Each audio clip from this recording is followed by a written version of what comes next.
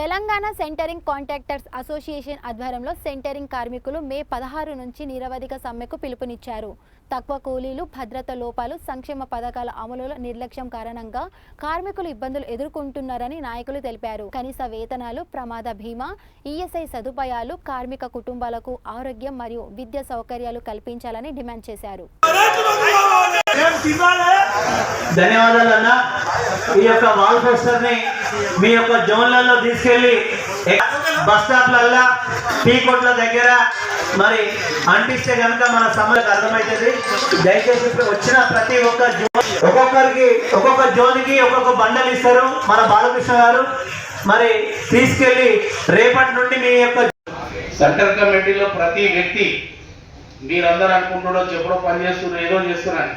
ప్రతిరోజు 2 గంటలు, ప్రతిరోజు 2 గంటలు మధ్యాహ్నం ఎండలు 12 గంటల వరకు కూడా వీళ్ళందరి చేత రాపిస్తున్నా.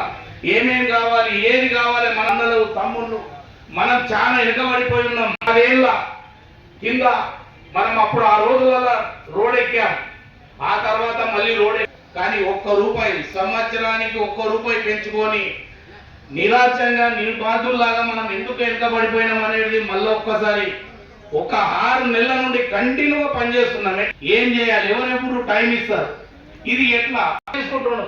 కానీ వీళ్ళంతా మిగిలిన వాళ్ళు మాకు 22 వస్తుంది, మేము తండ్రి పోతున్నాం అనేది నాకు కూడా బాగా తెలుసు. కాబట్టి మళ్ళీ మా మిత్రులందరినీ పరశురామ్ అన్నది ఎల్బీ నగర్లో ఉంటాడు, శ్రీనివాస్ అన్న మీ అక్కడ ఉంటాడు మీర్పేటలో, మరి విష్ణు అక్కడ ఉంటాడు, అహ్మద్ భాయ్ అక్కడ ఉంటాడు. వీళ్ళందరూ ఇక్కడ రావాలి, కనకరాజు గారు అక్కడ ఉంటారు.